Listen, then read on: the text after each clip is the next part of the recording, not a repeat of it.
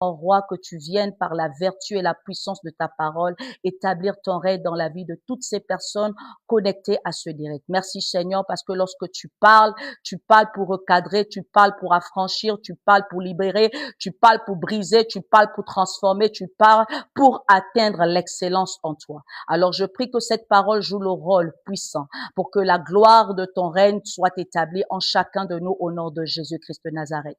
Merci Seigneur, alors que tes anges sont déjà en mouvement, ceux qui accompagnent ta parole pour administrer les dons qui sont attachés à elle. Merci Saint-Esprit de te sentir libre afin de pouvoir apaiser l'atmosphère, de régner dans l'atmosphère, de te mouvoir dans l'atmosphère pour que la direction qui vient de toi par la volonté du Père soit établie au nom de Jésus. Je te bénis mon Dieu, mon roi, parce que tu disponibilises la puissance du sang de Jésus que j'invoque maintenant afin de valider ces moments. Merci Seigneur, parce que tu es le Dieu qui entend, tu es le Dieu qui voit, tu es le Dieu qui touche, parce que c'est ce à quoi tu inscris chaque âme que tu convies à ces moments. Merci Seigneur pour ceux qui sont là, merci Seigneur pour ceux qui viendront après, mais que la gloire te soit rendue. Gloire et honneur à toi au nom de Jésus-Christ de Nazareth. Amen. Nous prenons notre texte de base, nous allons lire dans Matthieu 18, versets 6 à 9. Matthieu 18, versets 6 à 9. Je lis dans la version français courant. Il est écrit, je vais me tenir debout, je n'aime pas trop cette phase-là parce que ça me dérange dans mon dispositif, mais je vais suivre le protocole spirituel. Alors, il est écrit dans Matthieu 18, versets 6 à 9, je suis dans la péricope, sérieuse mise en garde. Celui qui fait tomber dans le péché un de ces petits qui croient en moi, il vaudrait mieux pour lui qu'on lui attache au cou une grosse pierre et qu'on le noie au fond de la mer. Quel malheur pour le monde que tous les faits qu'ils entraînent, les hommes à pécher. Ils se produisent fatalement, mais malheur à l'homme qui en est la cause. Si c'est à cause de ta main ou de ton pied que tu tombes dans le péché, coupe-les et jette-les loin de toi. Il vaut mieux pour toi d'entrer dans la vraie vie avec une seule main ou un seul pied que de garder les deux mains et les deux pieds et d'être jeté dans le feu éternel. Et si à cause de ton œil que tu tombes dans le péché, arrache-le et jette-le loin de toi. Il vaut mieux pour toi d'entrer dans la vraie vie avec un seul œil que de garder les deux yeux et d'être jeté dans le feu de l'enfer. Que le Seigneur vous bénisse, vous pouvez vous réasseoir dans le nom de Jésus-Christ de Nazareth. Alors j'étais en train de dire aujourd'hui, nous parlons de l'offense.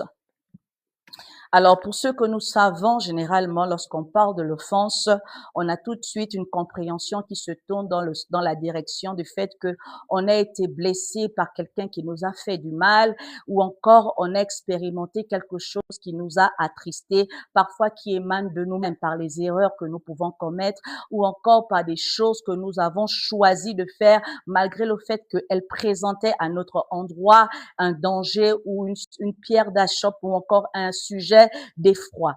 Et là, ce matin, le Seigneur se choisit ce thème pour pouvoir nous diriger dans une compréhension qui va nous inscrire à mieux marcher avec lui. Parce que comme je le dis, toutes les fois que la Bible utilise un mot, son orientation pour nous doit être portée d'abord dans la dimension de l'invisible, sinon dans la dimension christologique, pour pouvoir véritablement avoir affaire à pouvoir marcher par voie, à pouvoir marcher comme des rachetés du Très-Haut. Alors l'offense, nous l'avons dans une compréhension logique, une compréhension propre, une compréhension littéraire. Mais dans la compréhension biblique, l'offense est dit en grec scandalon. Scandalon qui signifie avoir une blessure, est une blessure autant pour moi, ou un piège qui provoque la chute spirituelle, la rancœur et la division. Je répète, scandalon qui se dit l'offense en grec signifie une blessure ou un piège qui provoque la chute spirituelle, la rancœur ou la division. Donc toutes les fois qu'on mentionne l'offense selon la compréhension grecque qui est scandalon ou encore la direction plus ou moins biblique et spirituelle, on doit comprendre que ça a trait ou à un piège qui favorise en nous une chute spirituelle ou encore une rancœur ou encore la division. Dans la dimension un peu plus profonde ou encore un peu plus poussée, ou bien encore un peu plus directe, l'offense signifie une réaction amère, une réaction de colère liée à une blessure que nous avons reçue, souvent considérée comme étant un piège de Satan pour voler la parole de Dieu et entraver la destinée.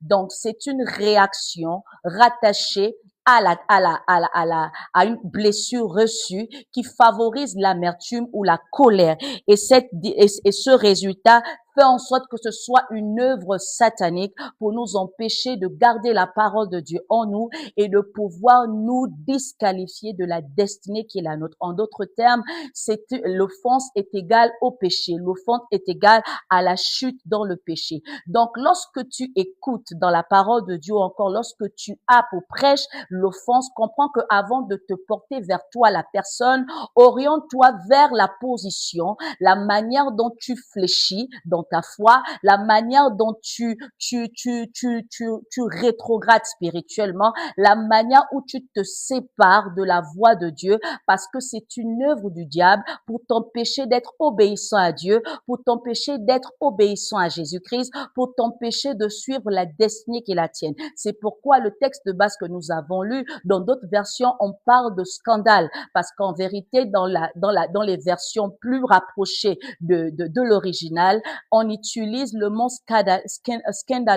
scandalon et non le mot offense. C'est les Français, c'est les traductions françaises qui essaient de rattacher et de mettre l'offense. Donc, dans les versions plus rapprochées, on parle de scandale, on parle de scandalon. Alors, tu dois comprendre que le texte de base qui mentionne le scandale, en fait, est en train de révéler ici les positions et les attitudes que nous adaptons, que nous choisissons de nous fixer, qui favorisent en nous la désobéissance à Dieu, qui favorisent en nous l'insoumission à la mission de Dieu, qui fait en sorte que nous soyons des gardeurs de ce que Dieu est, tel que le péché, parce que le Seigneur aime le pécheur, mais il est le péché. Alors, celui qui est inscrit en Jésus-Christ doit haïr le péché et aimer le pécheur. Celui qui est inscrit en Jésus-Christ doit s'arranger à ne pas justifier le péché, mais à renoncer au péché pour changer sa nature de pécheur en une nature de quelqu'un qui a été racheté et devenu saint. Le Seigneur prend l'exemple dans la péricope que nous avons lue d'un petit enfant, d'un enfant. Et le Seigneur Jésus-Christ dit aux disciples, parce que là où il parle aux disciples. Comme la semaine dernière, il ne s'adresse pas aux incroyants. Il ne s'adresse pas aux personnes qui n'ont pas des notions bibliques. Donc, ils ont certainement une base qui peut leur permettre de se sentir concernés. Comme à toi et moi ce matin, il nous parle parce que nous avons certainement des cultures religieuses qui s'attachent à Christ ou encore nous avons une spiritualité qui est véritablement inscrite en Jésus-Christ. Donc, tu n'es pas un inconnu, tu n'es pas quelqu'un qui ignore les bases ou encore les petites choses telles que la parole de Dieu comme les disciples, parce que certainement tu l'as confessé comme étant ton sauveur, bien qu'il reste à devenir ton Seigneur même si tu ne l'acceptes pas, ou encore tu l'as confessé comme étant ton sauveur et ton Seigneur. Il est important que tu préserves cette dynamique, cette dimension, parce que le Seigneur que tu sers est un Dieu qui marche de gloire en gloire, qui évolue d'excellence en excellence, qui ne se contente pas du niveau actuel où on peut se trouver, mais qui espère qu'on atteigne le perfectionnement alors que nous avons la vie. Alors le Seigneur parle des enfants, le Seigneur parle des âmes, parce que les enfants, je l'ai dit, dans la dimension spirituelle et la révélation de l'âme, de la renaissance, de la naissance et autres. Donc lorsqu'on parle des enfants, on peut sous-entendre tout de suite une âme qui a été engendrée en Jésus-Christ. Lorsqu'on parle des enfants, arrête de voir ton bébé, arrête de voir les enfants que tu as chez toi, que tu peux rencontrer dans les différentes ruelles, mais comprends avec moi que lorsque la Bible mentionne enfant, elle parle de naissance, elle parle des âmes, elle parle de la restauration, elle parle de chaque personne qui vient à Jésus-Christ. Donc, c'est cette âme qui a été engendrée à Christ. Alors, lorsque nous sommes engendrés à Christ, en vérité, il devient notre idéal, il devient notre exemple et nous avons pour obligation de suivre l'exemple parce que c'est lui l'auteur de notre foi. Et comme nous sommes des enfants en Jésus-Christ de par la nouvelle naissance, on est dépendant de lui comme tout enfant. Un enfant ne peut pas s'improviser dans la vie de manière courante de par lui-même. Il a besoin d'avoir un tuteur, il a besoin d'avoir un parent qui s'engage à ces différentes responsabilités dont il ne peut pas encore prendre en charge. Donc, nous sommes ces enfants dans le Seigneur Jésus-Christ. Nous avons donc l'obligation de la dépendance et de la soumission, ce qui fait en sorte que ceux-là qui sont malheureusement des expérimentés, ceux-là que j'appelle des choses qui favorisent le fait que nous soyons parfois déstabilisés en tant qu'enfants de garde. Alors, ça peut être les pasteurs, ça peut être les docteurs, ça peut être les parents chrétiens, mais c'est également les choses que parfois nous-mêmes on affectionne de par la convoitise de notre chair. Donc, toutes ces œuvres qui sont autour de nous ou encore ces personnes qui sont et qui nous accompagnent peuvent favoriser notre insoumission et le zèle que nous pouvons avoir de devenir indépendants face à la dépendance qui doit être inscrite dans le Seigneur Jésus-Christ en tant que confesseur de cette foi. Alors, ces personnes et ces choses sont mises en garde par Dieu. Tu devras toi-même faire aussi cet exercice de regarder à ces choses qui favorisent ta désobéissance à Dieu, ton excès de zèle qui ne s'accorde pas à une soumission, à une humilité qui cadre avec quelqu'un qui est discipliné et qui est véritablement un disciple de Jésus-Christ, ou encore avec ces choses que tu affectionnes et qui ne doivent pas être affectionnées par toi parce qu'elles sont sujets du péché. Donc, c'est à ces choses que Jésus-Christ met en garde. C'est pourquoi il dit, il ne parle pas seulement aux disciples comme il a fait autrefois, mais il parle également à ces choses. Je vais relire si tu as oublié, peut-être tu lisais en surface. Il dit, celui qui fait tomber dans le péché un de ces petits qui croit en moi, il vaut mieux pour lui il vaut mieux pour lui qu'on lui attache au cou une grosse pierre et qu'on le noie au fond de la mer. En fait, il faut savoir que toute chose qui n'est pas alignée à Dieu sera triomphée, sera détruite, sera anéantie, n'aura pas de force parce que Dieu reste souverainement élevé. Toutes ces choses que tu as l'impression de chérir, d'accorder du temps, de te dire qu'elles ont de la valeur pour te maintenir dans la vie, comprends avec moi que ce matin, le Seigneur te dit qu'il va détruire cela. Le Seigneur te dit qu'il va mettre un terme à cela. Et quand il mettra un terme à cela, plus que toi, tu es dépendant de ces choses, tu vas également périr avec ça. Plus que toi, tu es attaché à cette personne, tu vas également périr avec cette personne. Donc, le Seigneur te met en garde sur la condition qui doit pas être la tienne parce qu'il espère que tu comprennes comment est-ce que tu dois rester cet enfant en lui. Parce que aujourd'hui, on a tendance à mettre le propre sur autrui alors que nous-mêmes, nous sommes des facteurs favorisants de notre désobéissance à Dieu. Parfois, on dit que ce sont les pasteurs, les docteurs, les leaders qui sont des pierres d'achoppement dans notre marche avec Dieu, alors que nous-mêmes, dans notre vie au secret, nous sommes des rebelles, nous sommes des entêtés, nous sommes des orgueilleux comme les chantres. Nous sommes des personnes qui font à leur guise et qui se disent que par le niveau de leur petite spiritualité, ils peuvent venir donner la donne, alors que Dieu s'attend à ce que lorsqu'il y a un capitaine, même si tu as une expérience exceptionnelle ou encore excellente, parce que c'est le capitaine, tu te mets sur le leadership. C'est preuve de discipline et de révéler ton disciple là. Donc, je suis en train de te dire que le Seigneur ne met pas seulement l'accent sur les pasteurs. Le Seigneur ne met pas seulement l'accent sur la prophétesse Gracilier, parce qu'alors que je te réprimande, ton cœur est en train de se froisser, mais ce n'est pas grave. Sois délivré au sortir de mon message, parce que moi, je suis une servante de Dieu qui tape pour redresser. Alors que le Seigneur est en train de te réprimander et que ton cœur est en train de t'attacher, regarde à toi-même, à quoi tu ressembles véritablement. Est-ce que tu penses que c'est bien ce que tu fais pour ton épanouissement en Jésus-Christ? Est-ce que tu penses que c'est de ton gain de pouvoir marcher comme tu marches alors que tu n'es pas le capitaine? Pour devenir un capitaine, il faut suivre le capitaine. On ne devient pas quelqu'un demain si on n'a pas suivi une personne qui l'a été hier. Il faut avoir l'humilité, la franchise, la soumission, la discipline, le témoin, la vérité inscrite en nous pour se dire qu'il y a des objectifs auxquels je dois me concentrer, qui commencent par moi-même pour atteindre le but. Aujourd'hui, les chrétiens sont portés à l'extérieur qu'à l'intérieur. Et la vertu en Jésus-Christ, nous combattons là-dessus parce qu'il est d'ordre de pouvoir se recentrer d'abord sur nous-mêmes, vu que le gros problème de fond commence par nous-mêmes. Il est difficile de se soumettre à Dieu en l'intérieur de nous que d'espérer à ce que l'extérieur soit soumis soumis à Dieu. Donc, quand tu regardes à la petite personne, au petit enfant que tu es, à l'âme de Jésus que tu es, regarde à ces choses autour de toi qui t'empêchent d'être cette âme en Jésus. Jésus-Christ va détruire cela. Il va te séparer de ce copain qui te garde dans l'impudicité. Il va te séparer de cette copine qui te garde dans la désobéissance à Dieu. Il va te séparer de ce travail qui t'empêche de l'adorer. Il va te séparer. Il va tuer tes parents parce que tu dépends trop d'eux pour t'épanouir dans ta vie au lieu de servir Dieu. Il va tuer ton enfant sur qui tu as investi. Dieu va tuer. Dieu t'aide de jaloux. Il va faire du tort aux personnes sur qui tu t'appuies. Il va faire du tort là où tu penses que tu es arrivé. Dieu va détruire cela parce qu'il voudrait que tu dépendes de lui.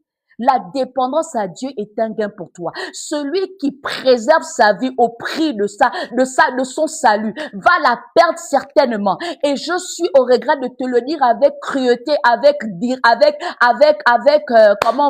de manière directe que c'est ça.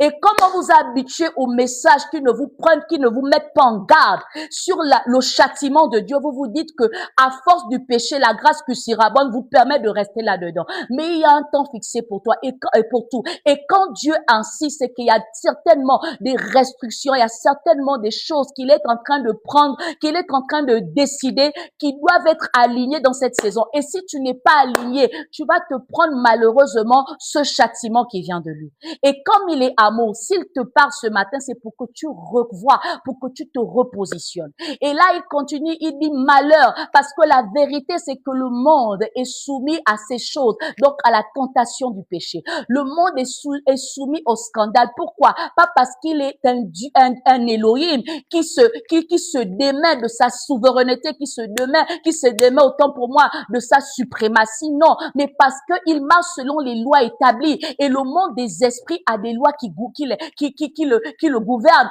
Donc, étant donné qu'il est ce Dieu qui a établi le diable comme étant prince du monde, il faut que tu saches que le monde dans lequel tu es inscrit, qui est le monde du mondain, le diable en est le prince. Et quand on est prince, il y a des règles qui ont été votées. Il y a des lois qui doivent être observées. Et si tu vis dans ce monde sans pourtant avoir une loi qui te dirige, tu seras soumis à cette loi qui gouverne ce monde. C'est pourquoi il te dit et il te rappelle que ce monde est régi par le péché. Donc, si toi, tu es inscrit en Jésus-Christ, comprends que le monde dans lequel est régi du péché. Et tu dois véritablement te séparer du péché en faisant quoi? Celui qui est gouverné par la loi du péché reste dans le péché. Mais celui qui est gouverné par la loi de Dieu ne marche pas dans le péché, mais il devient cette personne qui, par l'appui qu'il a sur la parole de Dieu, s'affranchit.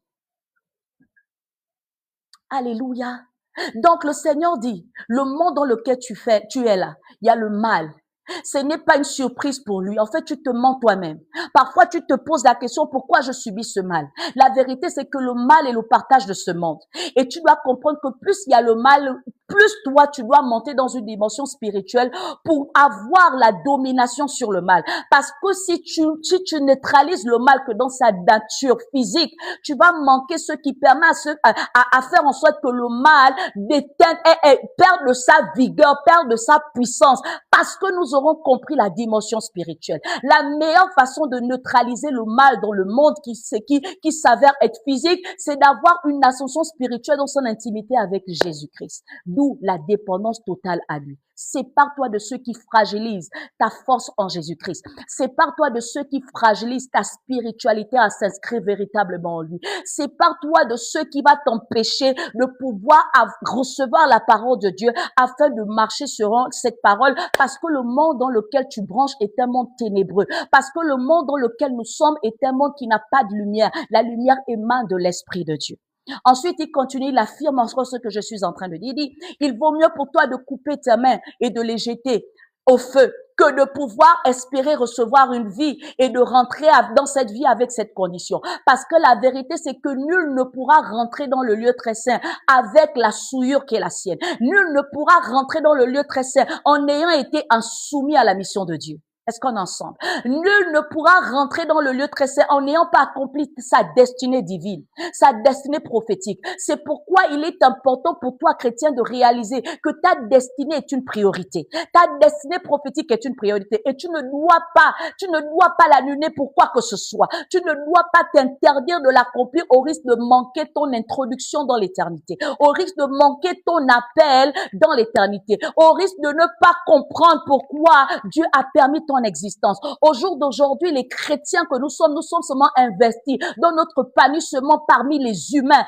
dans ce monde terrestre, mais on n'est pas investi dans ce qui viendra à l'avenir. C'est vrai qu'il est important d'avoir de la considération parce que nous vivons, il faut véritablement montrer de quoi nous sommes. Nous sommes capables d'où nous provenons en étant sur terre, mais il ne faut pas oublier, le plus important, c'est ce qui sera éternel. Et ce qui est éternel se prépare maintenant. Ce qui est éternel s'apprête maintenant. Je suis au regret encore de te rappeler que si tu ne traites pas véritablement ton éternité pendant que tu vis, arrête de te faire des fausses illusions. Lorsque tu es parti, il y aura des choses qui vont être limitées par rapport à ton départ, qui ne peut qu'être admis et conquis par rapport aux personnes qui sont encore sur la terre, parce que les réalités de l'invisible ne sont pas celles de la terre. Et c'est sur la terre qu'on a la capacité de brandir tout son identité de fils. C'est pas quand il est mort qu'il a été appelé fils. C'est quand il a accompli la résurrection.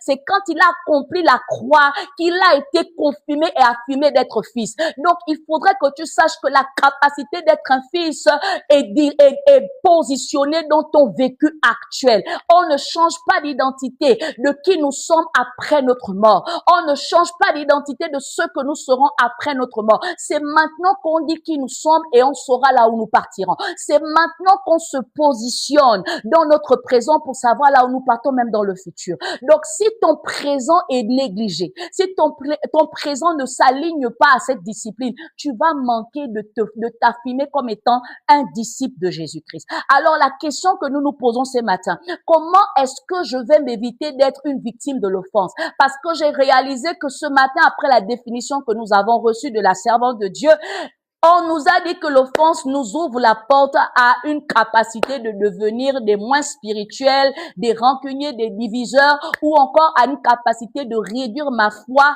la capacité de me retrouver comme étant séparé de Dieu, la capacité de pouvoir entraver à ma destinée, la capacité de pouvoir être la victime de diable. Mais moi, je suis enfant de Jésus. Moi, je suis enfant de Dieu. Je ne peux pas être victime du diable. Je ne peux pas être la boule de basket du diable. Je ne peux pas être celle qui va jouer. Je ne veux pas ça. Même si je suis dans le monde où il dirige, je ne peux pas moi m'inscrire dans cette dimension de spiritualité toxique à mon épanouissement spirituel. Alors, je dois savoir comment est-ce que m'éviter de tomber dans la tentation. Ah, j'aime bien cela. Parce que oui, nous sommes tentés et Dieu l'affirme. Nous sommes tentés et nous serons tentés, mais nous aurons le choix de la décision. Se mettre hors de la tentation en faisant cette première dimension. La première dimension pour éviter d'être victime à l'offense, c'est de réaliser que nous ne devons pas être des pierres d'achoppement pour autrui et pour nous-mêmes.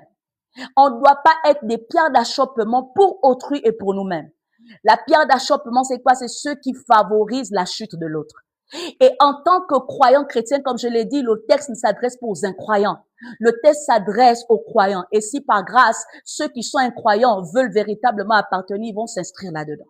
Donc, le thème s'adresse aux croyants. Il faut réaliser qu'en tant que croyant de Jésus-Christ, tu as un rôle à jouer. Et le rôle que tu as à jouer, c'est de te préserver dans la droiture de Dieu, mais d'également permettre à ceux que les autres se préservent dans cette droiture. Ça veut dire quoi? Ils devront te regarder pour véritablement aspirer à demeurer dans le Seigneur. Et toi, pendant que tu es un exemple pour eux, parce que tu es un exemple pour eux, la vérité, c'est que en toi, tu maintiens qui tu es en Dieu. Donc, il faut t'arranger à te dire qu'avant que je ne regarde au leader qui doit être un exemple pour moi, moi-même, je dois être un exemple de ma foi en Jésus-Christ par les valeurs que je prends au quotidien, qui sont les standards de ce Dieu que j'adore. Il dit que nous devons veiller à ce que les autres ne soient pas ne chancellent pas. Ça veut dire quoi? La discipline nous est imposée à ce niveau. J'ai des responsabilités qui m'engagent en tant que chrétien. J'ai des obligations qui m'engagent en tant que confesseur de cette foi en Jésus-Christ. Alors, comme j'ai ces devoirs, j'ai ces obligations, j'ai ces responsabilités, je me dois d'être discipliné pour éviter de devenir une pierre d'achoppement pour moi-même et pour les personnes qui me regardent en face. Est-ce qu'en ensemble, est-ce que tu penses que c'est bien d'être un exemple pour les autres? Si tu penses que c'est bien d'être un exemple pour les autres, pourquoi tu te comportes comme ça et qui peuvent fragiliser l'engagement des autres à Jésus-Christ? Pourquoi tu te comportes? Si quelqu'un voulait venir à l'église tous les dimanches parce qu'il te voit être un missionnaire dominical, il se dit que le sabbat n'est pas important et il te suit. Est-ce que tu vois un peu? Si quelqu'un veut être discipliné en Jésus-Christ parce qu'il te voit fonctionner dans ta vie comme tu fonctionnes là, ils ne peuvent pas être disciplinés en Jésus-Christ comme les chantres. Vous venez nous révéler que de là où vous venez avec des mauvaises habitudes. Et nous, ça nous montre un témoignage des endroits où vous avez commencé votre initiation en Jésus-Christ. Parce que si vous avez été bien éduqué, on devait le savoir par votre discipline et votre soumission au leader qui est établi dans cette maison. Est-ce que vous voyez un peu comment parfois nous sommes des pierres d'achoppement? Tu n'aimes pas ce que je te dis, mais c'est pas grave. Donc, réalise avec moi que parfois nous faisons des choses, les autres nous regardent et ils s'inspirent de nous. Et après, on s'étonne pourquoi beaucoup de chrétiens ne viennent pas à Jésus-Christ. Alors que nous-mêmes, dans notre quotidien, nous n'avons pas des standards élevés à la crainte de notre Dieu. Est-ce que tu vois un peu? Le Saint-Esprit vit dans une atmosphère, dans un environnement sain et propre. Mais regarde comment ta maison est tenue. Ça traîne ici, ça fait ici, ta chambre est sale, ça sent les urines, oui. Mais tu dis que tu as le Saint-Esprit. Quel est ce Saint-Esprit-là qui peut être là où c'est sale, là où c'est de la porcherie? Parce que ce qui est à l'intérieur de toi est le reflet de ce qui est à l'extérieur de toi. Ça veut dire que si ton intérieur n'est pas aligné dans un ordre, c'est normal que ton extérieur le révèle, d'où le désordre dans ta maison, le désordre dans ta chambre, le désordre dans ton placard. Et tu trouves ça normal, le désordre dans ton toilette. Oui. Comment est-ce que le Saint-Esprit va sillonner dans une atmosphère aussi toxique, dans son hygiène? Or, tu dois être le miroir de Dieu. Même pendant le jeûne, il se parfumait. C'est l'importance de l'hygiène. Esther, avant d'être sélectionnée, avant d'être élue, on a dû la préparer. Donc, l'hygiène n'est pas séparée de la spiritualité. Lorsque tu te présentes devant les autres, à quoi est-ce que tu identifies Christ? On te voit avec des cheveux sales, crasseux. On te voit avec une bouche n'ayant pas une bonne haleine. On te voit habillé de manière, on appelle comme, le mot m'échappe. Ouf. Qui n'est pas soigné. Mais comment est-ce que Christ est reflété par rapport à ça? Parce que ce qui est dedans est le reflet de ce qui est dehors. Et arrêtez de nous intimider en disant le Seigneur regarde au cœur de l'homme et pas, arrêtez ça. L'équilibre voudrait que et mon dedans et mon extérieur soient conformes au Dieu que je professe. Est-ce qu'on est ensemble? Et pour ceux qui ont tendance à arranger d'abord le dehors, sans le dedans, Dieu est beaucoup intéressé par le cœur de l'homme. Donc, tu peux te maquiller, mais la vérité, c'est que dès lors qu'on enlève ton maquillage, on voit le vrai toi. Arrêtez de porter les masques parce que la vérité restera la même, le dedans. Arrêtez d'atteindre la dimension de ceux-là qui pensent qu'ils peuvent jouer le malinois en Jésus. Tu donnes une apparence spirituelle alors que chez toi, Jésus, tu as une vie de débauche.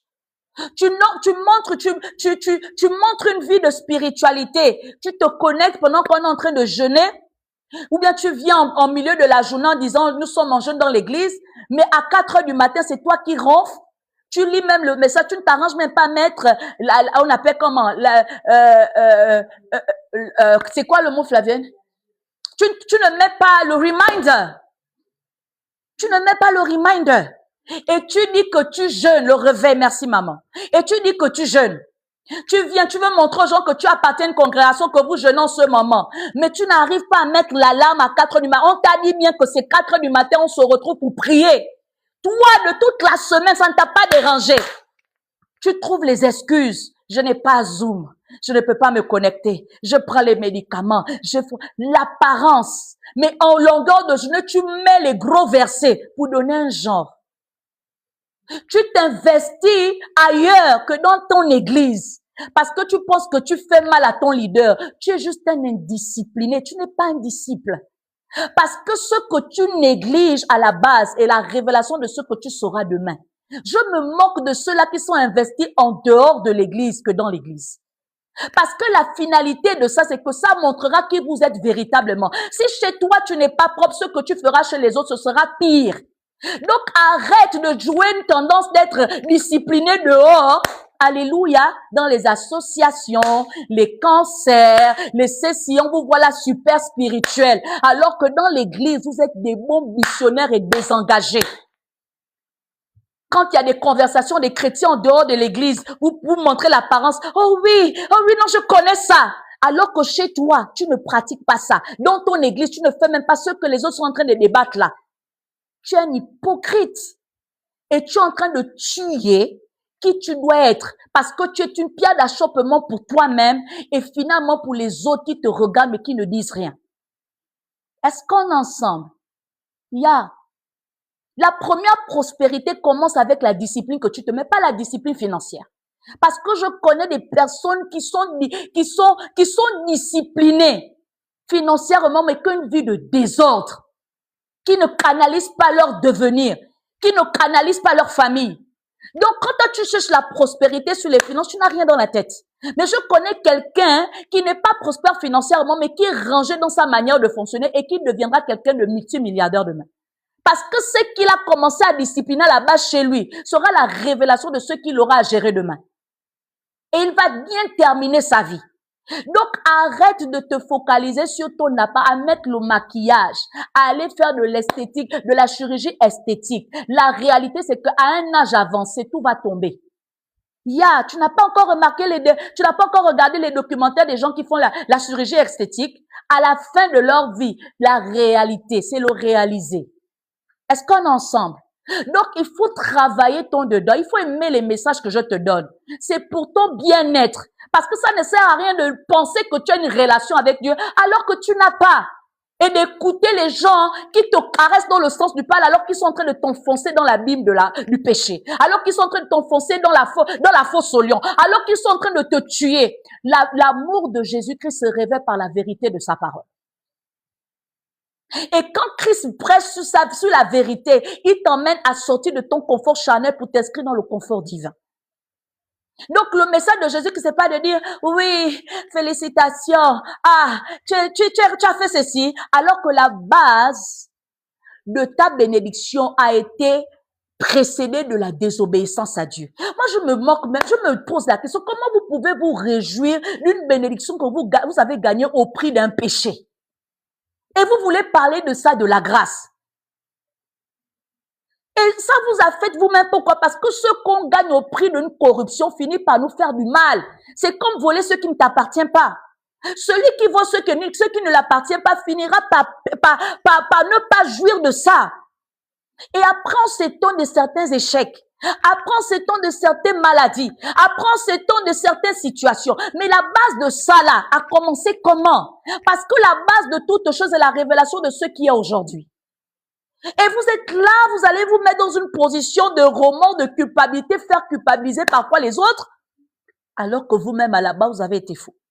Vous allez donner un témoignage que Dieu est faux, comme aujourd'hui, on crédibilise autant pour moi, mon Dieu, devant l'hypocrisie de certains croyants, de certains religieux en Christ, qui ne marchent pas selon les principes divins. Est-ce que les gens là qui vous suivent là et qui vous écoutent dans votre mensonge, dans votre hypocrisie, savent que vous êtes des alcooliques, savent que vous êtes des voleurs, savent que vous êtes des congosseurs, savent que vous êtes des impudiques, savent que vous avez encore des réclamations, que vous ne travaillez pas au quotidien, savent que vous êtes encore des orgueilleux, des impies pour certains, des incrédules. Et c'est le fruit là qui font ce qu'on s'est frustré parce que Dieu ne peut pas bénir quelque chose sur la base de sa désobéissance. C'est pas possible. La bénédiction de Dieu est au conditionnel. Si tu obéis, il te donne. Donc, si tu n'as pas obéi, c'est normal qu'il ne te donne pas. Et quand Dieu ne te donne pas, on a prié, vous priez. Alléluia, sois béni, maman. Et l'anglais rentre beaucoup. Discrédite. Voilà. Yeah. Donc, apprenons à veiller sur notre foi. Ayons la discipline. Et c'est pas parce que tout le monde fait comme ça que toi tu dois faire. Parfois le commun là est la révélation de ne pas être dans la bonne voie. Ne te dis pas que comme tout le monde va à gauche, c'est que ce qui est à gauche est la vérité. Parfois Dieu, et c'est généralement ça, lorsque Dieu distingue quelqu'un, il distingue cette personne en unité. Parce que lui-même il est un, c'est la Hérade. C'est la révélation de ce qu'il est. Il est premier, il est unique. Donc, un véritable fils de Dieu, un légitime dans son genre, ne suit pas le commande parce que le commande d'abord sonne dans son esprit la foule. Et la foule est trompeuse. Yes, moi j'aime être à part. Pas par orgueil, mais parce que je connais la qualité de ce à quoi je suis inscrit. Yes, je sais ce que je suis. Il a donné unique, il n'a pas donné deux. Donc l'unité, la révélation de mon Dieu. Donc quand je suis à part là, ça veut dire que mon Dieu est dans ça. Est-ce qu'on est ensemble? Toi, tu n'aimes pas. Tu fais une spiritualité de copinage. Hein? Tu fais une spiritualité d'accompagnement. C'est comme ça que ta foi a été déroutée. C'est pas ce que les autres font qui sont bien. Et c'est pas parce que les autres sont là-bas. Oh oui, oui, oui, c'est ça. Non. Apprends à te distinguer un peu.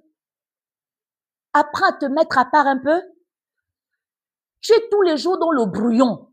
À quel moment tu prends un temps pour être dans le Seigneur? Mais comment est-ce que tu vas grandir spirituellement si tous les jours tu es dans le bruit? Dieu lui-même que tu suis là, qu'on appelle Jésus-Christ, aimait le retrait. Toi, les retraites, c'est quoi? C'est une corvée pour toi. Oh là, la prophétesse grâce divine, oh, elle s'est retraite, oh, elle aime trop le travail spirituel. Oh non, non, non, elle pense que nous, on est pasteurs.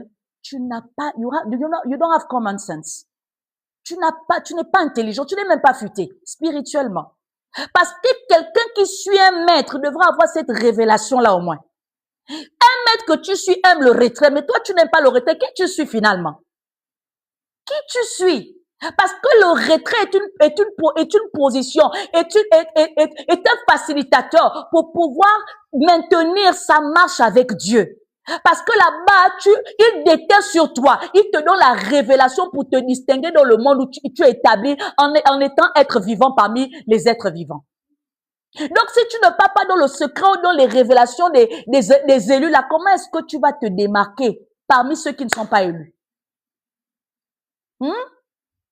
Les retraites, tu penses que c'est moi que tu viens faire plaisir. Je parle de moi parce que je m'adresse à l'église de la vertu en Jésus-Christ. Donc, regardez vos leaders qui sont là-bas pour ceux qui ne sont pas partis à l'église et qui assistent à ce direct.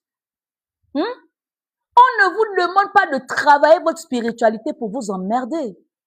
On ne multiplie pas les exercices spirituels parce qu'on veut vous entretenir vous endoctriner, mais bien, en plus, on vous endoctrine dans Jésus. Qu'est-ce que vous suivez? Sauf si vous appartenez à des sectes qui vous demandent de faire des dieux. Ça, il y a un problème. Mais si vous appartenez à une église qui vous demande de faire de Jésus-Christ ton Dieu, il n'y a pas de problème. Et quand ils vous appellent, ils vous baptisent selon Christ, c'est un gain pour vous. C'est pas un gain pour eux. Parce que la même chose que vous venez faire dans cette rencontre-là, oh, s'ils cherchent Dieu, ils ont leur vie, ils ont leur ministère, ils ont leur famille, ils ont leur projet qu'ils présentent aussi à Dieu parfois. Tout n'est pas de dire le salut est personnel si tu ne comprends pas des notions aussi basiques. Tu n'aimes pas la retraite, mais c'est toi qui dis, je suis chrétien. J'aime cette phrase-là. Peut-être vous allez me donner maintenant une référence comme ça. Je suis chrétien. Je sers Dieu. Tu sers Dieu sur la base de quoi? Dis-moi d'abord. Non, réponds-toi d'abord toi-même. Pose-toi la question. Tu dis que, mais la femme a quand même dit quelque chose de vrai. Je sers Dieu dans quoi? Tout, tu te sers. Tu te sers toi-même. Tu sers Dieu dans quoi? Parce que servir Dieu, c'est répondre aux besoins d'autrui. Tu sers Dieu à quel niveau? À quel niveau? Tout ce que tu fais, c'est pour toi. À quel niveau? Et quand on te demande même de venir pour toi-même encore, tu penses qu'on est en train de te persécuter. À quel niveau tu sers Dieu, s'il te plaît? Comme les chantres, ils se sont servis eux-mêmes. C'est ceux qui voulaient écouter dans leur esprit qu'ils ont donné au peuple. Ils ont rendu service à Dieu, ils n'ont pas servi Dieu.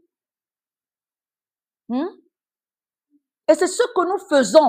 Nous venons servir Dieu avec nos sensations, notre intelligence, pas selon la direction de servir autrui. Qui t'a dit que quand tu dois chanter, c'est toi qui dois d'abord te réjouir? Ou c'est l'âme que Dieu a convoyée là, qui doit se réjouir en comprenant le message? Hein, les chantres?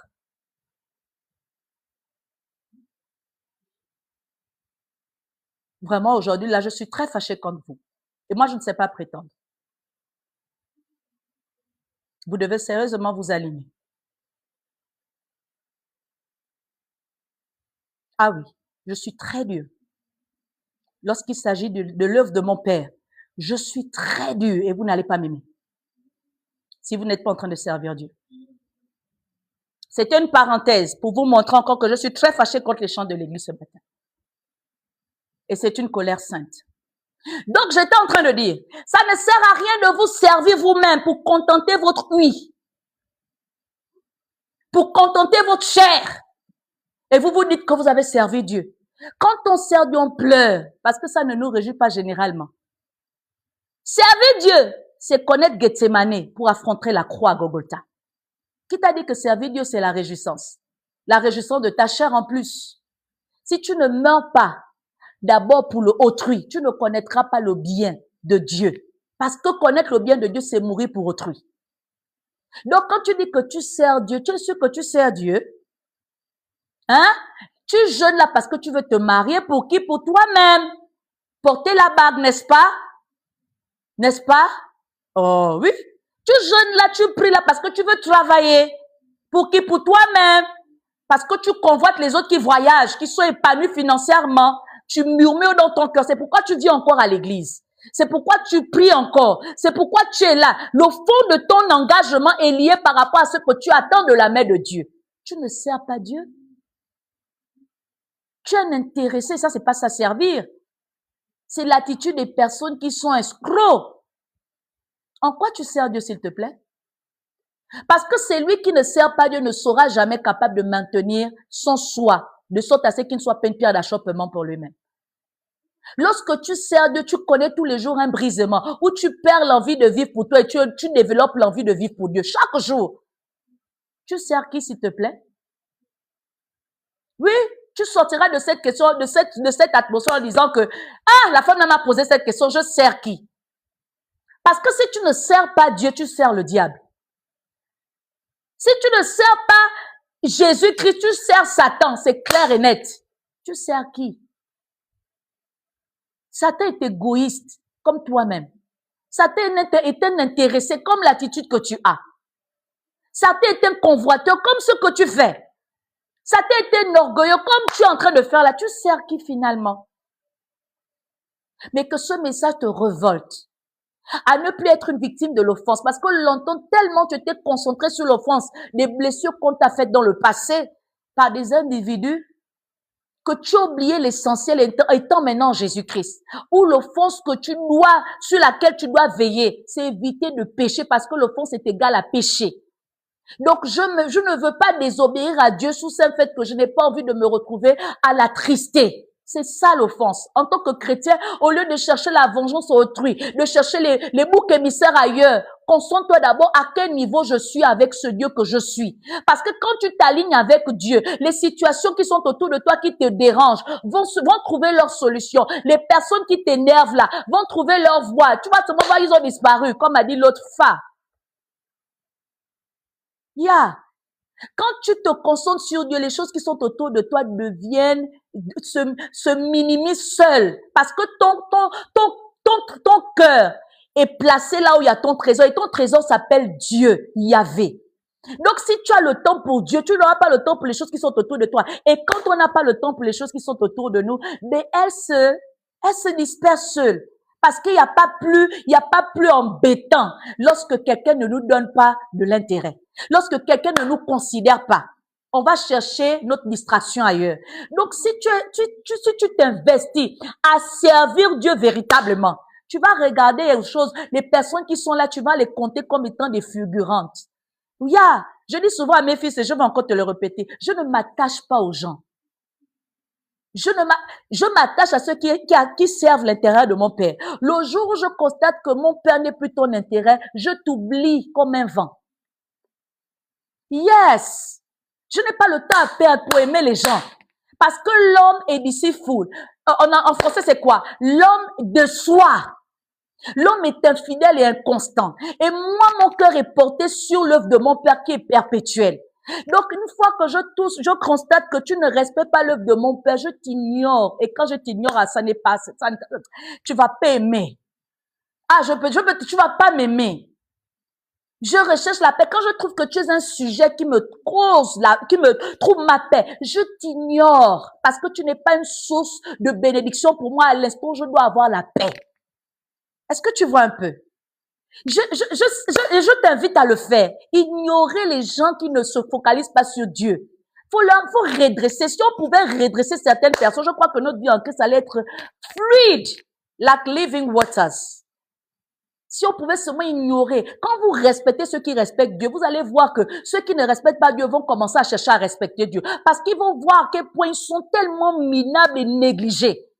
On leur accorde du crédit. Et je vais encore le répéter, ne cherchez plus ceux-là qui ne veulent pas respecter le sabbat, ne les appelez plus. Parce que celui qui connaît Jésus va se retrouver à la source pour s'abreuver. Si la personne ne respecte pas le sabbat, c'est qu'il n'a pas soif et il ne mérite pas d'autre énergie pour commencer à le suivre. Est-ce qu'on est ensemble? Cherchez ceux-là qui ne connaissent pas Jésus, on a encore de l'énergie pour eux. Est-ce que vous voyez un peu? Et puis ne soyez pas culpabilisés en disant que une brebis qui se perd, on doit aller la chercher et laisser les 99 juste pour attiser les émotions. Si tu n'as pas le contexte profond de ce qui est, tu vas faire comme certains pasteurs, tu vas tuer les 99 autres pour un bouc, pour une brebis égarée, pour un démon, à la poursuite d'un démon pour venir tuer les 99 brebis. Parfois, la poursuite que Dieu t'invite à faire, c'est la révélation de l'esprit par son esprit. Donc, plus tu pries pour la condition de l'âme, il va te révéler si c'est un bouc ou un démon ou quoi qui était en ta présence. Et si c'est véritablement un enfant prodige, il reviendra à la maison. Au lieu de perdre ton énergie, tu oublies les 99 autres pour aller là-bas. Que les leaders que vous êtes, ne faites pas ça.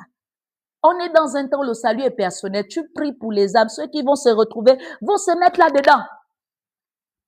Parfois, quand vous les pourchassez là, ils se disent que c'est pour venir remplir l'église. Comme on leur a dit que l'église qui est véritable, c'est celle qui est remplie des fidèles. C'est la valeur là qu'on leur a donnée. Mais si vous arrivez à dépasser ça, ils vont réaliser qu'en fait, c'est un privilège d'être en Jésus-Christ. C'est un honneur. Et ils vont s'arranger seuls. Parce qu'ils vont remarquer qu'en fait, on est tellement fiers d'être en Jésus-Christ qu'il faut qu'on essaie de se mettre là-dedans. Est-ce qu'on est ensemble? Tu n'aimes pas mon message, non, tu n'aimes pas la vérité. C'est justement parce que le père du mensonge est ton père. Et c'est pourquoi cette vérité-là te dérange. Parce que si Jésus-Christ était ton père, tu devais comprendre que, oui, je me retrouve là-dedans, je change. Et si tu viens de réaliser qu'en fait, le diable était ton père parce que la vérité te dérange, change. Fais de Jésus-Christ ton père. Pour que les vérités qui viennent à toi t'affranchissent et t'alignent à ce Dieu que tu dis que tu suis. 2. Il faut être réaliste que le monde est régi par le péché. Il faut être réaliste, c'est un peu très long, donc tu vas l'écrire. Il faut être réaliste que le monde est régi par le péché. Donc, il est d'une évidence involontaire pour nous, mais nous avons le choix d'une décision volontaire de ne pas vivre selon lui, mais selon la parole de Dieu. Il faut être réaliste que le monde est régi par le péché. Donc, il est une évidence involontaire pour nous qui les chrétiens. Mais nous avons le choix d'une décision volontaire de ne pas vivre selon lui, selon qui? Le péché, mais selon la parole de Dieu.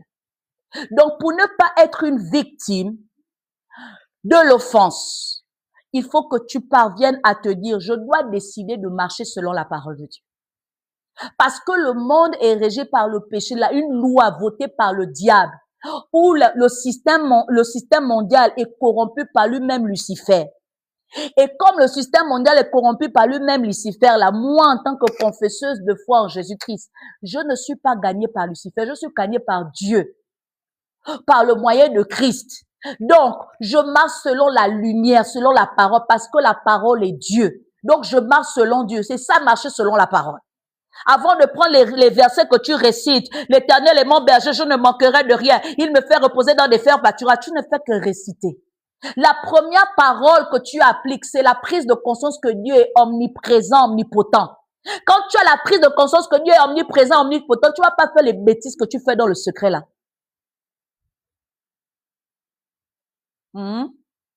Ça pique, hein? Tu vois combien de fois tu es sacrilège? Tu vois combien de fois tu ne respectes pas Dieu? Parce que quand Dieu est présent, il y a des choses que tu ne peux pas faire. Parce que tu considères la présence de Dieu. C'est ça la preuve de l'éducation spirituelle. Mais aujourd'hui, les chrétiens sont tellement à l'aise dans leur mode de vie qu'ils ne prennent plus attention à la présence de Dieu. Et comme ils ne prennent plus attention à la présence de Dieu, ils choisissent tout ce qui est, qu'on leur propose, tout ce qui leur est proposé physiquement. Ils choisissent.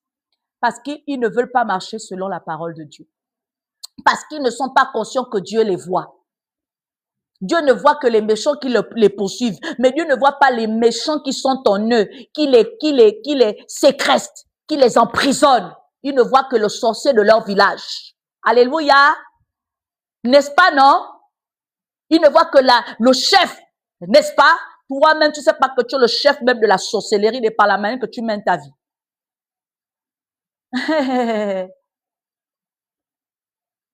Toi-même, tu ne vois pas ça, non? Que tu es ton propre sorcier. Tu ne vois pas ça. Tu ne vois que le sorcier qui est dans l'autre. Mais toi-même, quelles sont les portes que tu favorises en toi pour permettre à ce que le monde te combatte et te domine? Tu ne combats pas les sorciers qui sont en toi. Tu veux combattre les sorciers qui sont à l'extérieur de toi. Et tu t'étonnes. Tu t'étonnes, n'est-ce pas?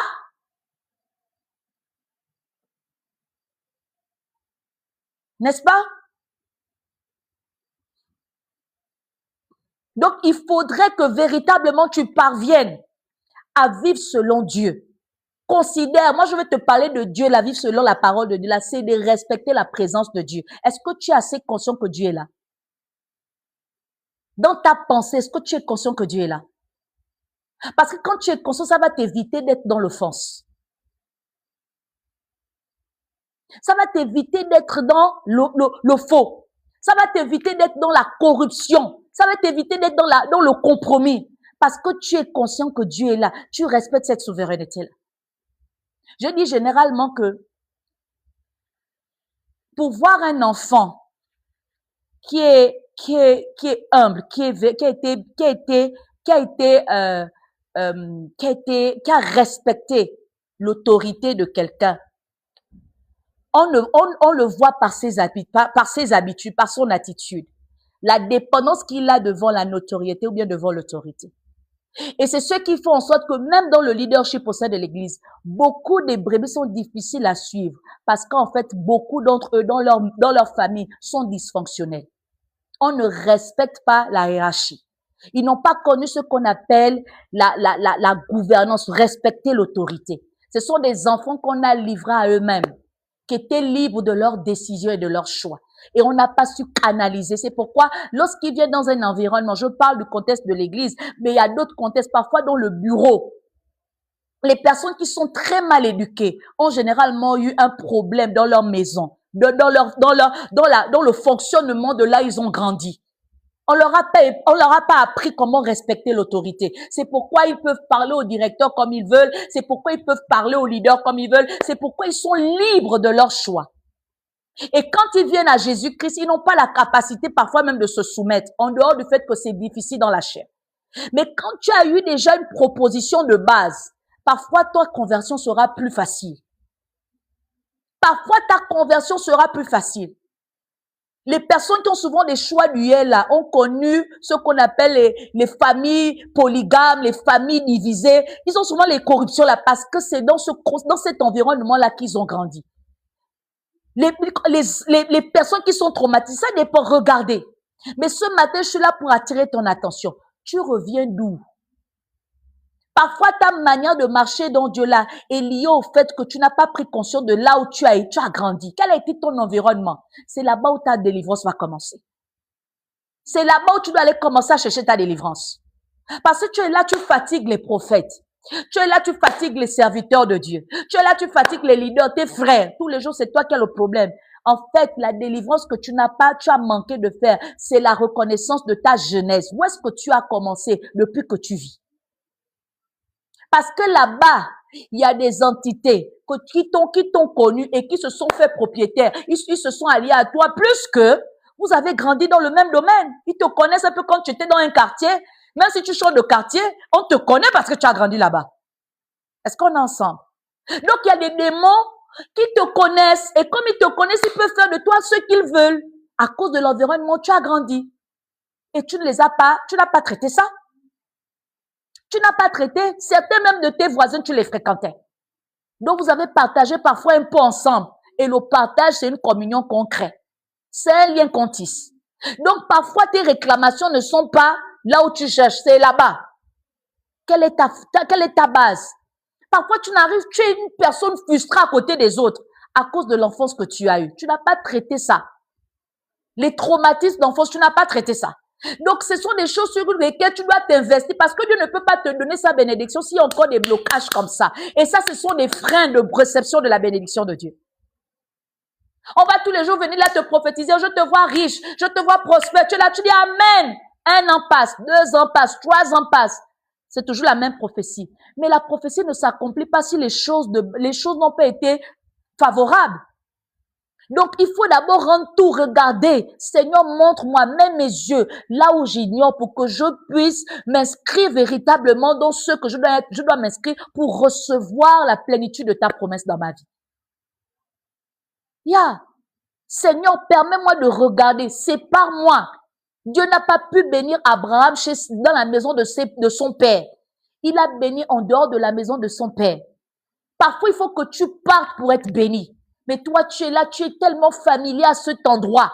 Tu ne gardes pas. Tout cela, c'est marcher dans la présence de Dieu que je suis te donner là. La présence de Dieu, c'est être conscient. Quand Dieu est conscient, il te dit, va à gauche, va à droite. Parfois, Dieu t'a déjà demandé de partir à gauche. Tu es toujours là à droite. Tu attends qu'il vienne te dire, mon enfant, je suis l'Éternel Dieu. Je descends maintenant. Je t'ordonne de quitter. Tu attends ça, hein? Comme tu as tellement suivi les dessins animés, les contes de fées. Parfois, tu ressens dans ton esprit que là où tu es, l'environnement est devenu toxique. Pars. Cherche un peu la paix de toi-même. Parfois, ton intuition est une voix de Dieu pour t'orienter quelque part. Tu es là tous les jours, on te bastonne. Hein? On te calomnie. Les mêmes copines te veulent du mal. Tu es là parce que tu n'es pas affectueusement d'elles. Tu n'es pas affectueusement d'eux. Tu es traité comme une serpillère parce que tu dépends. Alors que tu sais que tu dois préserver quelque chose, Dieu te dit pars.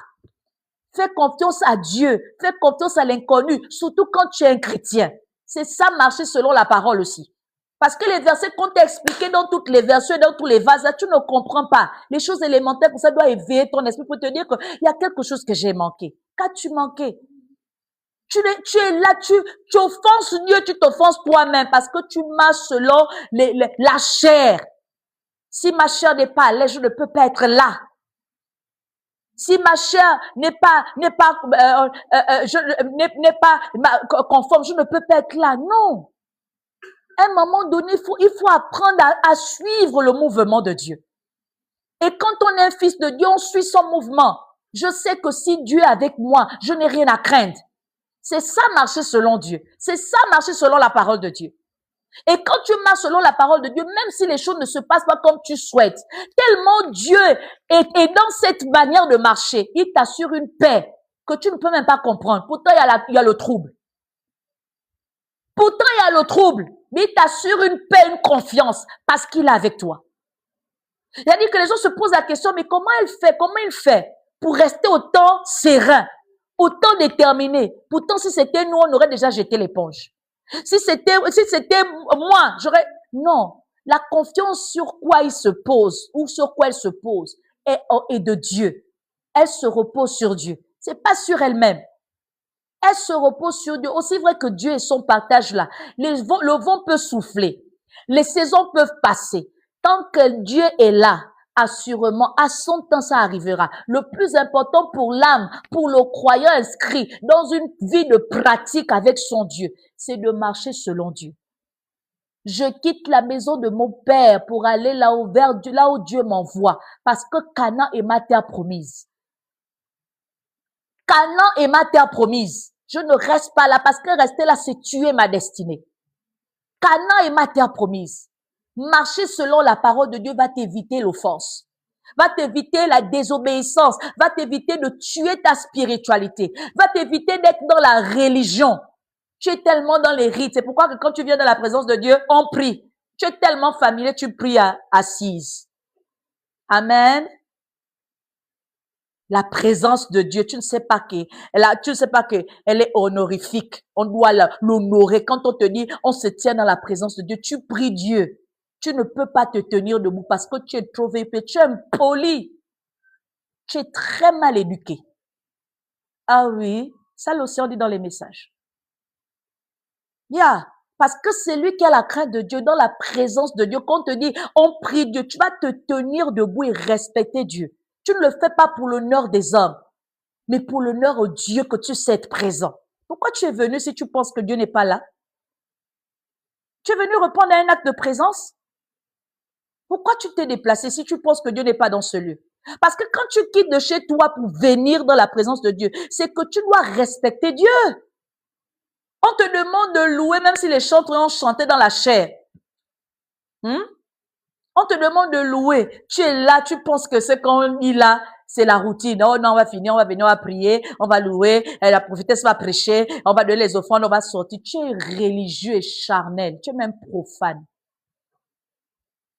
Tu es profane. Ah oui, hein, tu n'aimes pas ce que je t'ai dit, mais tu vas sauf qu'aimer ça si tu veux véritablement avoir une relation avec Dieu. Tu viens dans la présence de ton Dieu, tu ne sais pas que la position que tu adoptes est un message que tu renvoies. À qui? À Dieu d'abord. À qui? Aux anges. Si lui a dit à ces anges que vous ne donnerez que la bénédiction là, à ceux-là qui seront debout, les anges vont te trouver assis. Ils font quoi? Ils passent. Tu ne réponds pas aux critères de l'instruction qui leur a été donnée. Et tu es là, on te voit venir dans une église, tu pars là-bas, rien ne se passe. Ils ne savent pas que tu es d'abord un impoli, un incrédule, un mal éduqué. C'est pourquoi, quand tu es dans la maison de Dieu, rien ne se passe parce qu'ils ne savent pas que pendant que Dieu veut que tu te tiennes debout, toi, tu es assis. Tu es trop VIP. Tu es même plus vieux que les personnes qui sont âgées pour te lever. Quand on te demande d'applaudir, tu te dis que on te fatigue. Mais si c'était un président de la République, comme tu es un convoiteur des honneurs, tu allais l'acclamer, faire semblant. Si c'était de l'argent qu'on devait te donner, tu allais te plier à quatre pattes. Vous voyez comment vous êtes, vous les chrétiens? Vous voyez comment vous êtes, vous les chrétiens? Dans le culte, on participe avec tout. Tu offres quel culte à Dieu si tu ne participes pas au culte? Tu es venu faire quoi? Tu offres quel culte à Dieu? Tu ne participes pas au culte. Oh, Saint-Esprit. Tu offres quoi à Dieu? La poubelle? Tu offres quoi à Dieu? Le manque de respect? Tu penses que c'est ça, respecter Dieu? Tu connais ce que c'est offrir un culte à Dieu? C'est être un acteur. C'est être un acteur. Encore là que tu n'as même pas donné ton offrande tellement tu es égoïste, voleur, voleuse. Mais on te demande au moins d'offrir tes actions pendant qu'on est en train de faire le culte. C'est trop te demander. Tu es trop VIP. Tu penses que tu es plus beau que ceux-là qui sont là? Ou que tu es plus propre, que tu es plus arrivé? Parfois un peu. Tout n'est pas de dire l'humilité précède la gloire. Donc quoi tu te positionnes quand tu parles de l'humilité précède la gloire? Sinon, les petites choses comme ça, tu ne parviens pas à t'inscrire selon le Seigneur. À un moment donné, quand un président se tient devant toi, qu'est-ce que tu fais? Je crois que les seules personnes qu'on maintient assis, ce sont les personnes qui sont infirmes et qui ne peuvent pas marcher. Mais même là, ils ont une position de révérence. Ils ont une position de révérence parce que c'est le président, parce que c'est le roi. Toi, comme toi, tu ne vois pas Dieu tellement tu as déjà été la présence de Dieu dans ta vie religieuse. C'est pourquoi quand on te dit dans la présence des saints, lève-toi, tu te poses la question, pourquoi devrais-je me lever? Trop VIP. Mais c'est ça, c'est pas marcher selon la parole de Dieu. Parce que marcher selon la parole de Dieu, c'est révérer et vénérer Dieu. En quoi tu vénères Dieu? En quoi tu vénères Dieu? En quoi tu révères Dieu? Tu es là, tu offenses Dieu au quotidien. Tu as fini de chanter. Oh, j'ai fini de chanter. C'est mon rôle que je vais jouer. Charnel et religieux que tu es. Charnel et religieux que tu es. J'ai fini, on m'a demandé de prier, j'ai fini de prier, j'ai fini mon rôle, je suis exempté de ce qui va suivre. Charnel et religieux que tu es. Parce que chaque moment du culte est important. C'est une pièce maîtresse, c'est une pièce à l'édifice que tu es en train de construire pour le résultat de ce qui doit plaire à Dieu à la fin. Pourquoi tu t'exemples? Parce que tu es trop VIP. Si on t'avait trop dit que tu t'es VIP, que le message de la prophétesse grâce divine te déstabilise ce matin. Ah oui, moi je suis une servante de Dieu qui m'a en évidence que beaucoup sont des zinzins dans la spiritualité en Jésus-Christ. Et c'est regrettable parce qu'on nous confond, nous mélange. Ils ne savent pas qu'en fait, même notre Dieu a dit que beaucoup sont appelés, mais très peu sont élus. Les élus là sont rares. Troisième point. Il faut faire le choix ferme de prioriser son salut plus que son confort éphémère. Donc, la meilleure manière de ne pas subir l'offense, c'est de prioriser son salut. La meilleure façon. Et quand on parle de salut, c'est une révélation d'une communion véritable avec la personne de Jésus-Christ au travers du Saint-Esprit. Et là, c'est encore un message que je vais te donner. À quel niveau se situe ton intimité avec le Saint-Esprit? Le Saint-Esprit met en toi les désirs qui ne viennent pas de la chair. Mais toi, regarde comment ta chair est épaisse et émotionnelle. Alléluia. Ta chair est épaisse et émotionnelle. Mais curieusement, tu as la réaction avec le Saint-Esprit. Oh, j'ai senti les frissons. Ouh! Charnel. Parce que les frissons, c'est pas la spiritualité. Parce que les frissons, c'est pas la spiritualité. Le Saint-Esprit était là. Les gens sont tombés. Le tomber, c'est pas la spiritualité. La preuve en est que beaucoup de versets révèlent dans les Écritures saintes que toutes les fois que les gens sont tombés, c'était sous l'emprise du diable. Donc, ils étaient possédés. Et la délivrance a fait en sorte qu'ils tombent. Ah oui, hein? Tu vas arrêter de tomber, non? Profane. Je te dis tout simplement pour que tu changes un peu ta relation avec Dieu. Parce que on en a assez d'avoir des coquilles vides au sein des églises. On en a assez d'avoir des religieux au sein des églises et de ne plus fournir des résultats qui s'alignent à ceux-là qui sont véritablement en relation avec Jésus. Tu es un profane. Qui t'a dit que tomber, c'était de la spiritualité? Qui t'a dit que tomber, c'était de la spiritualité? Tu es possédé et tu as besoin de la délivrance. Parce que celui qui est rempli du Saint-Esprit, généralement, prend une position de réception. Tu t'agenouilles et tu reçois. Ou tu t'allonges parce que c'est quelque chose que tu ne peux pas contenir. Le Saint-Esprit ne ridiculise pas en te jetant par là. Et même quand tu transcendes, il y a une manière. Mais vous aimez tellement le showing off, le proving. Montrer que c'est vous qui avez les sensations. Hein? Les sensations cachent derrière sa définition la sensualité. Et la sensualité, je ne vous laisse pas deviner la compréhension parce que vous avez tout de suite compris. Et en quoi la sensualité est agréable au Saint-Esprit? En quoi la sensualité est agréable au Saint-Esprit? Peut-être en toi, tu caches un déchu des eaux. Peut-être en toi, tu caches un déchu des eaux que tu es en train de s'exprimer, donc tu es tombé. Tu es là, tu veux impressionner, tu parles en langue. Qui t'a dit que parler en langue, c'est avoir le Saint-Esprit? Les démons parlent en des langues mystérieuses, mais qui ne sont pas le parlant en langue qui s'adresse à Dieu. Donc, c'est pas parce que quelqu'un parle en langue qu'il parle à Dieu. Arrêtez d'impressionner les gens alors que vous ne travaillez pas une relation véritable avec le Saint-Esprit. Tu t'as dit que parler en langue, c'est parler à Dieu. Très peu la font le perroquet. C'est pas le parler en langue. Parce que le parler en langue est une langue mystérieuse. Et quand ça crée des flammes de feu au point où l'atmosphère se transforme dans une émotion divine et permet à ce que les gens vivent quelque chose. Tu parles en langue? Ou bien tu racontes ton vocabulaire, ton jargon charnel, parfois même possédé par les esprits de réclamation de tes ancêtres. Tu parles quelle langue? Et comme tu veux impressionner les nouveaux là, tu es là, on va penser que tu es spirituel parce que tu parles la langue. Mais le parler en langue n'est pas la spirit, n'est pas synonyme d'avoir une relation avec le Saint-Esprit. Quels sont les fruits de l'esprit que tu portes en toi? Quelle est la plénitude de l'esprit que tu as en toi?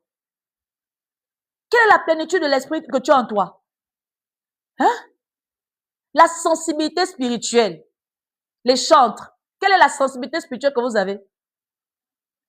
Quand un leader d'une congrégation a accepté une direction selon la révélation du secret, et vous venez un matin changer parce que vous pensez que vous êtes au-dessus de la hiérarchie qui est établie dans cette vision. Quelle est la sensibilité spirituelle que vous avez? Hein?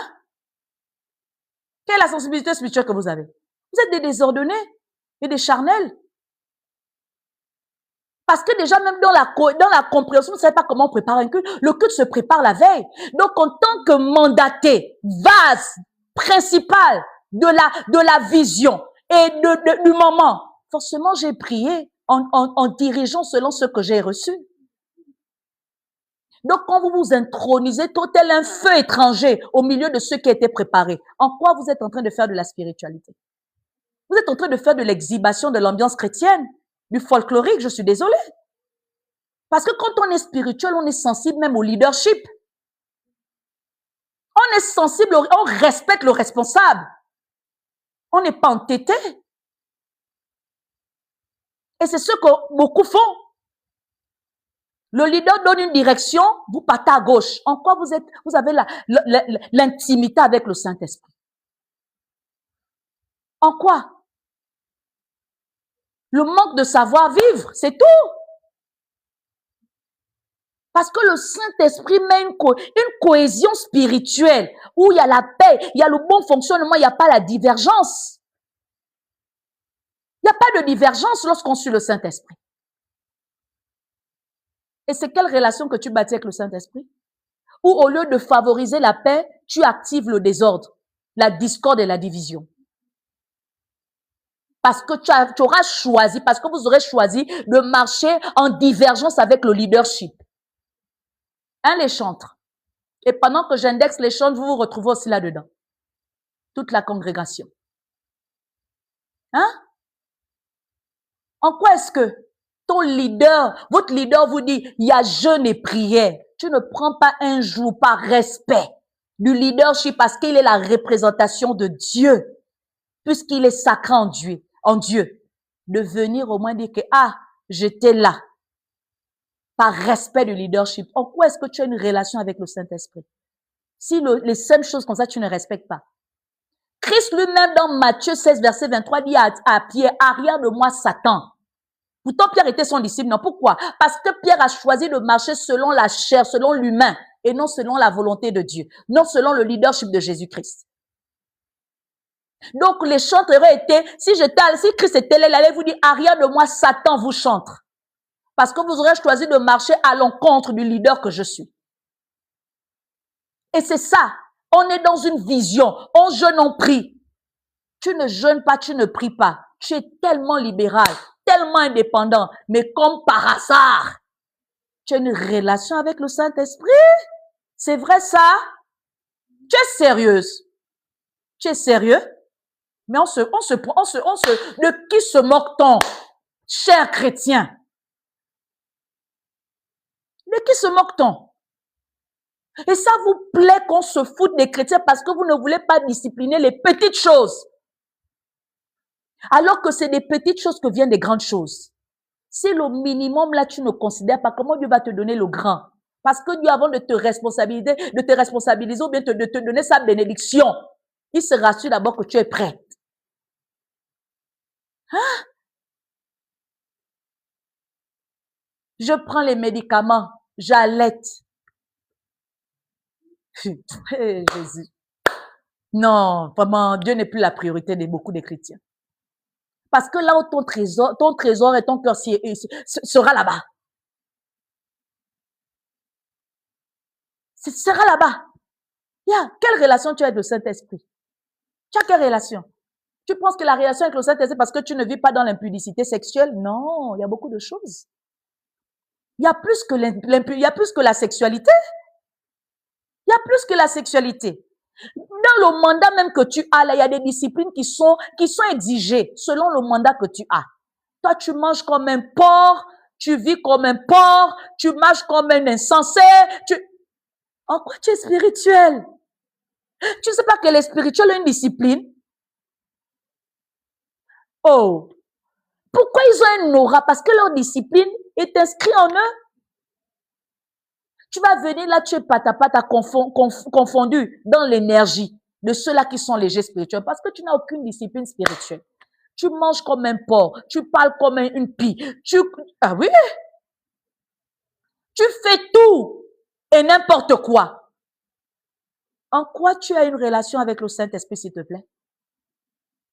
Hein? Quand tu jeûnes, tu confonds le jeûne et la grève de faim. Parfois même tu jeûnes parce que tu n'as pas une ration alignée par rapport à ta réalité. C'est pourquoi tu jeûnes pour réduire les quantités alimentaires. Tu ne peux pas manger 3 fois par jour. Tu jeûnes pour manger 2 fois par jour et puis c'est ça. Tu jeûnes par galère. Sois béni, Fabiola. Tu jeûnes par galère. Il y a des personnes qui se privent parce qu'elles ont un problème de santé. C'est aussi un genre de jeûne, mais elles ne jeûnent pas pour Dieu.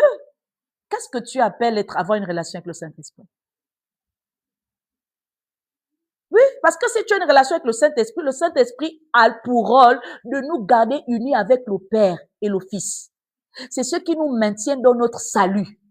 Est-ce que tu comprends ce que je te dis ou bien tu sens que je suis en train de te raconter des choses qui sont folles pour toi? Mais elles sont aussi folles à tes oreilles parce que tu étais en fait autrefois un être simple, inscrit en Jésus-Christ.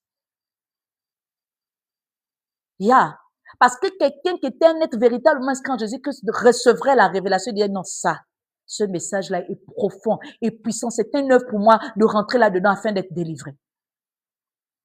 En quoi tu as la relation avec le Saint-Esprit, s'il te plaît? Quelle relation? Dans la masturbation, en quoi tu as la relation avec le Saint-Esprit? En quoi? Tu te mets en compagnie des moqueurs? Tu lis ta Bible? En quoi est-ce que tu bâtis une relation avec le Saint-Esprit? Si les petites choses comme cela ne t'interpellent pas. Au lieu d'être là investi dans ceux qui te propulsent et qui te rend utile, tu t'investis dans ceux qui te dégradent et qui offensent Dieu. Tu n'as pas aimé mon message, c'est pas grave. Mais que ces 3 clés-là t'interpellent, après t'avoir expliqué dans l'amplification tout ce qui est dedans. Parce que Dieu est fatigué d'avoir des aventuriers dans sa doctrine. Et d'excuser tous les jours les faiblesses de la chair. Prétextant que même Pierre a dit, la chair est faible, le cœur est disposé. L'esprit est disposé. Oui, quand il a dit, mais ce même Pierre-là, après ça aligné, il a revu sa manière d'être dans le Seigneur. Il n'est pas resté dans l'état de celui qu'il avait dit autrefois. Arrêtez d'être hypocrite. Arrêtez de faire semblant. La grâce n'est pas sujet de demeurer dans le péché. Arrêtez ça à un moment donné. Pourquoi choisir de marcher de manière dysfonctionnelle avec un Dieu qui est fonctionnel? Faites exprès. Pourquoi? Et vous ne vous revoyez pas. On doit vous supplier pour vous revoir. Mais vous êtes là, vous véhiculez un message qui est contraire à ceux-là qui sont véritablement élus. Beaucoup, vous êtes là dans la foule des figurants Jésus-Christ. Vous suivez Christ pour la main et non pour être des véritables disciples. Et on vous confond dans la masse. Mais comment message soit également une révélation pour ceux-là qui pensent que tous les chrétiens sont chrétiens.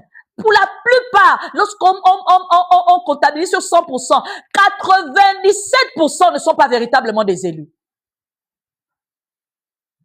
Et c'est regrettable. 97% ne sont pas des élus.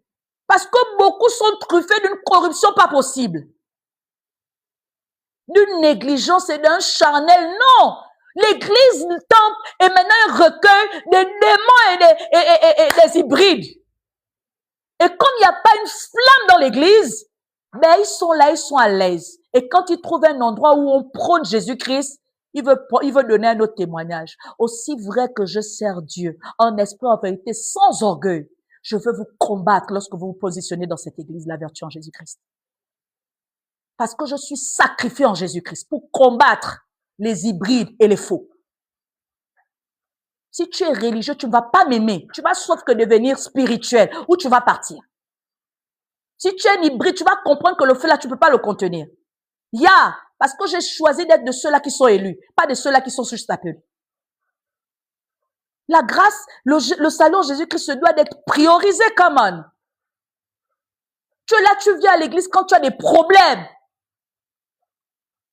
Pendant qu'on y est, est-ce que tu ne sais pas que d'autres trouvent leur solution ailleurs? Va là-bas et trouve ta solution. Parce que le Dieu que moi je sers a d'abord une première intention de formater ton être, ton cœur, ton comportement, ton caractère. Avant de t'accorder ce que le soleil accorde à tout le monde, ce qui brille sur les méchants et sur les mauvais. Ça veut dire que ces bénédictions éphémères que tu cherches là, tu les as parce que tu es sous le soleil. Mais ce n'est pas donné à tout le monde d'avoir un cœur, son homme interne brisé. Et quand on vous dit la vérité, vous pensez que le message de la vérité, c'est une manière d'être orgueilleux. Oui, prenez-moi pour orgueilleuse. Mais aussi vrai que ça vous challenge dans votre chair. C'est une vérité que vous devez véritablement vous inscrire. Si ça vous dérange dans votre chair, si vous maïssez parce que je vous dis la vérité, c'est que je suis en train de vous dire quelque chose qui n'est pas en règle avec Dieu. Ce Dieu que vous dites servir. Ce Dieu que vous dites servir. En conclusion, la gestion de l'offense dans notre marche avec Dieu vise à préserver notre relation avec le Seigneur et à grandir spirituellement qu'à plutôt rechercher une justice personnelle. La gestion de l'offense dans notre marche avec Dieu vise à préserver notre relation avec le Seigneur et à grandir spirituellement qu'à plutôt rechercher une justice personnelle. La gestion de l'offense dans notre marche avec Dieu vise à préserver notre relation avec le Seigneur et à grandir spirituellement qu'à plutôt rechercher une justice personnelle. Que le Seigneur vous bénisse. De là où tu es, aujourd'hui là, tu ne m'as pas du tout aimé, mais c'est pas grave. Mon but, c'était pas que tu m'aimes, mon but, c'est que tu aimes Jésus-Christ plus. Alors, tu as réalisé que tu es véritablement victime de l'offense parce que tu offenses Dieu par ta qualité de vivre en Jésus-Christ. Et ce matin, tu te sens tellement désolé, tu veux repartir à zéro. Ce matin, le Seigneur m'a demandé de conduire les gens à lui. Je ne le fais généralement pas, je le fais quand on se baptise. Mais ce matin, le Seigneur m'a demandé de prier pour toi qui veux le rencontrer en esprit et en vérité. De là où tu es, est-ce que tu peux juste répéter cette prière après moi? Seigneur Jésus-Christ, je viens à toi ce jour. Je me donne à toi entièrement afin que tu sois le Dieu de ma vie. Je renonce à mes mauvaises voies. Je décide de te suivre, toi, le véritable Dieu. Je décide de marcher selon la vérité. Je m'interdis de t'offenser par ma qualité de vie. Je décide de repartir à zéro ce matin avec toi. Je décide de pouvoir te glorifier dans ma vie. Seigneur Jésus, viens régner en moi, domine en moi, afin que la gloire qui vient du Père soit en moi. Je renonce à tout ce qui ne glorifie pas le nom de Dieu que tu es dans ma vie et je déclare par l'autorité du nom de Jésus que à partir de maintenant, Satan, tu n'as plus de pouvoir dans ma vie. Seul Christ, l'auteur de ma foi, confessé ce matin, a le plein pouvoir sur ma vie. J'accepte qu'il soit le lead de ma vie, j'accepte qu'il soit le guide de ma vie, j'accepte qu'il soit le repère de ma vie. Je te bénis, Seigneur Jésus, pour ce que tu fais pour moi ce matin. Gloire et honneur à toi pour cette restauration accordée par la confession de ma foi en toi. Amen. Amen, amen. De là où tu es, tu veux rendre grâce à Dieu pour ces temps. Tu réalises que tu dois travailler spirituellement sur toi. te relationner avec ce Dieu. Je te donne juste 2 minutes pour pouvoir rendre grâce à Dieu et de t'aider. Déclare des paroles qui vont prendre effet en toi, afin que la puissance et la manifestation de Dieu soient accomplies pleinement en toi. Demande à Dieu de te sortir de toute offense que tu as autrefois contractée par ta manière de mener ta vie. Tu étais loin de ceux qui étaient, alors que tu réalises ce matin par ce message qu'il est question de préserver une relation avec toi et de grandir spirituellement. Et seuls ceux-là qui ont compris cette dimension vont davantage s'inscrire à observer ta voix, à pouvoir marcher selon ta parole et à prioriser leur salut. Alors ce matin, je prie pour ma vie, je prie pour mon âme, je prie que je demeure un enfant en toi afin de dépendre de toi. Je prie ce matin de m'inscrire pleinement dans cette voie qui permet à ceux que je ne devienne pas une pierre d'achoppement pour moi et pour ceux qui sont autour de moi. Je prie au nom de Jésus que je sois de ceux-là qui ne marchent pas selon la loi des hommes, selon la loi du péché, mais selon la vérité de ta parole, en ayant conscience que tu es à mes côtés, que tu es présent, que tu es là et que tu diriges ma vie. Tout n'est pas de dire que tu es présent lorsque je suis dans la détresse, mais de considérer ta présence permanente afin de marcher selon toi. Ce matin, je prie, Père de gloire, de m'apprendre à davantage considérer ta présence à mes côtés pour demeurer toujours dans l'intégrité, pour demeurer toujours dans la vérité, pour demeurer dans la direction que tu as mise devant moi, pour accomplir pleinement ma mission. Je décide d'avoir des choix volontaires qui professent Christ dans ma vie et qui me mettent dans le camp de Jésus-Christ. Je décide d'avoir des choix qui mettent en avant mon témoignage en Christ et qui ne sont pas des pierres d'achoppement pour ce que je suis et pour le témoignage que je dois renvoyer en tant que racheté de Christ. Ce matin, je choisis d'être du camp de Jésus. Ce matin, je choisis de garder le sentier de la justice. Ce matin, je choisis de me séparer des mauvaises voies, des mauvaises façon de faire, des mauvaises attitudes et de mauvaises positions afin de m'inscrire en Dieu seul. Ce matin, je choisis de faire de mon salut une priorité. Je décide de pouvoir banaliser les choses de la terre afin de pouvoir valoriser les choses du ciel. Je décide par la valeur que je donne au ciel qu'au travers de ma vie parmi les hommes, on puisse voir la grandeur de mon Dieu. Je décide au nom de Jésus de pouvoir rendre très haut l'affranchissement que j'ai reçu par ma confession de foi, par ma relation bâtie dans le secret. Saint-Esprit, je déclare encore dans cette atmosphère et devant tous que notre relation s'affirme davantage, s'accroît davantage. Je considère qui tu es. Je marche selon ce que tu me dis. J'aspire à des dons meilleurs. J'aspire à être dans la vérité, à être dans la spiritualité qui révèle de ton fruit en moi. J'aspire à véritablement être rempli de toi et être vidé de moi. Saint-Esprit, viens davantage me saturer. Saint-Esprit, viens davantage coloniser mon atmosphère afin que je ne sois pas désuni au Père et au Fils. Saint-Esprit, viens, règne. Saint-Esprit, viens et prends le contrôle. Saint-Esprit, viens et répands de ton onction. Agis, manifeste-toi afin que tout ce qui est de la chair soit maintenant réduit en moi, soit réduit autour de moi. Je veux être là où mon Père me veut. Je veux être à la droite de mon Père. Je veux davantage exceller en lui. Alors je te bénis pour ce que tu me permets de faire. Je te bénis pour la maintenance que tu permets en moi afin que la gloire de mon Père soit révélée. Béni sois-tu, Père de gloire, pour ce que tu es. Merci Saint-Esprit pour ton déploiement en moi, pour ton déploiement autour de moi. Merci pour ce que tu satures en moi. Merci pour ton aide qui est indispensable. Merci pour tout tes offerts. C'est au nom de Jésus-Christ de Nazareth que j'ai ainsi prié, que nous avons ainsi prié. Amen, amen, amen. Que le Seigneur vous bénisse, que le Seigneur soit glorifié.